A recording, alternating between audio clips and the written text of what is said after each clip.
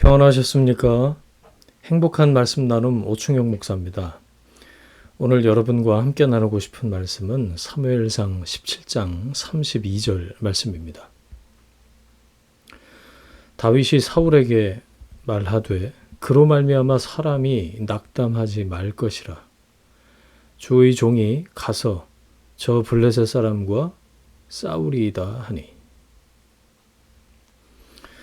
전쟁터에 형들 도시락 배달 갔다가 사울 왕에게 불려간 다윗이 대뜸 그런 겁니다. 아니 저 골리앗 거인 때문에 왜 낙심하고 있냐고.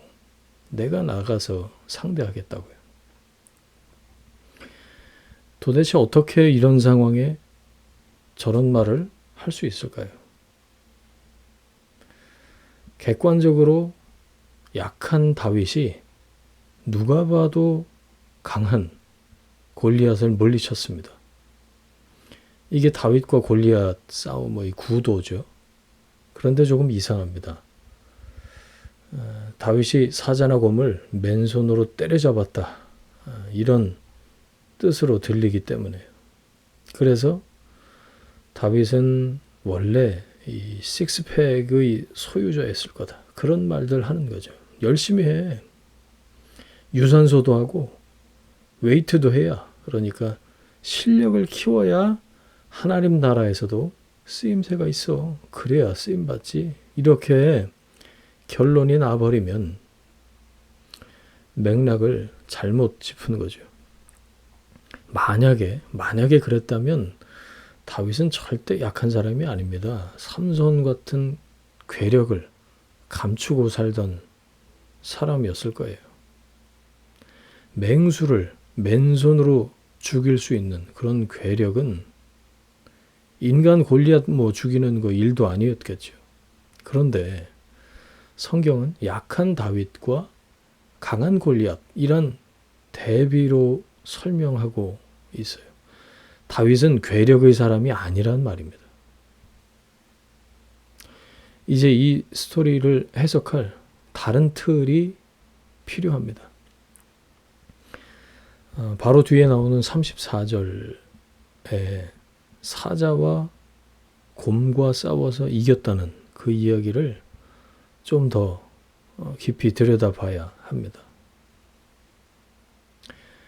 다윗이 양을 돌보고 있는데 갑자기 사자나 곰이 맹수가 나타나서 제일 약한 어린 양을 물고 달아납니다. 그러니까 다윗이 얼떨결에 맹수를 쫓아가는 거예요. 이거는 자신감이 가득한 그런 사냥하러 지금 뛰어가는 게 아니라 자기도 모르게 움직이고 있는 겁니다. 어린 양이 죽어가는, 잡혀가는, 죽을 수밖에 없는 그 모습에 대한 안타까움이 다윗의 등을 떠민 거죠. 이제 어린 양만이 아니라 소년 다윗의 생명도 위태롭게 되었습니다. 바로 그때 하나님이 개입하셔서 맹수에게서 다윗을 건져내셨습니다. 승리를 주셨다는 거죠. 다윗은 약합니다. 다만 안타까움이 있었죠. 그리고 그 안타까운 마음에 건지려고, 살리려고 나도 모르게 얼떨결에 그냥 나선 겁니다. 다윗이 맹수와 싸워서 이긴 스토리는 하나님의 개입과 간섭이 아니고서는 설명할 수 없는 이야기예요. 그래서 이건 소년 전사의 승리가 아니라 하나님이 이기신 스토리죠. 한 생명을 안타깝게 여기는 그 마음이, 그 사랑이 맞다고, 옳다고 하나님이 결제해 주신 거죠.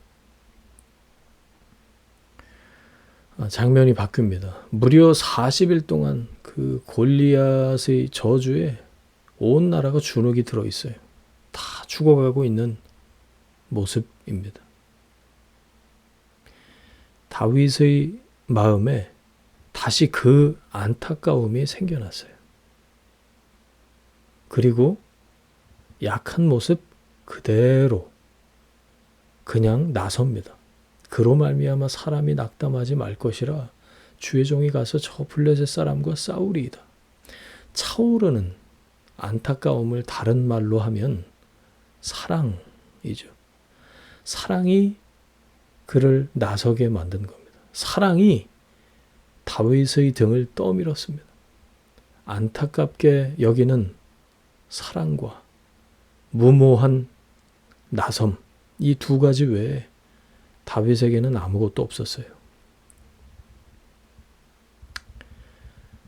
다윗은 하나님이 맹수에게서 나를 건지셨듯 이 골리앗 거인과의 싸움에서도 날 건지실 거다. 하나님의 도우심으로 이길 것을 확신했습니다. 강해서 이긴 게 아니었듯 이 싸움도 하나님의 싸움이다. 하나님이 싸우실 것이다. 하나님이 이기실 것이다. 이게 다윗의 믿음이었죠. 많은 사람들이 능력이 필요한 줄 압니다. 괴력이 필요한 줄 알아요. 그래서 초능력을 구하기도 해요. 예수도 경제적으로 믿고 싶나 봐요. 아닙니다. 우리에게는 안타깝게 여기는 사랑과 그냥 나서는 순종이 필요할 뿐입니다. 믿음은 처음부터 끝까지 무모한 거예요.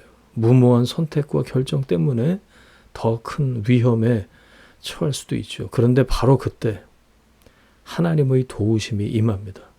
하나님의 간섭을 경험합니다. 그래서 승리합니다. 출발은 사랑입니다. 과정은 순종입니다. 종착지는 승리입니다. 반드시 이길 겁니다. 필요한 것은 사랑과 순종뿐입니다.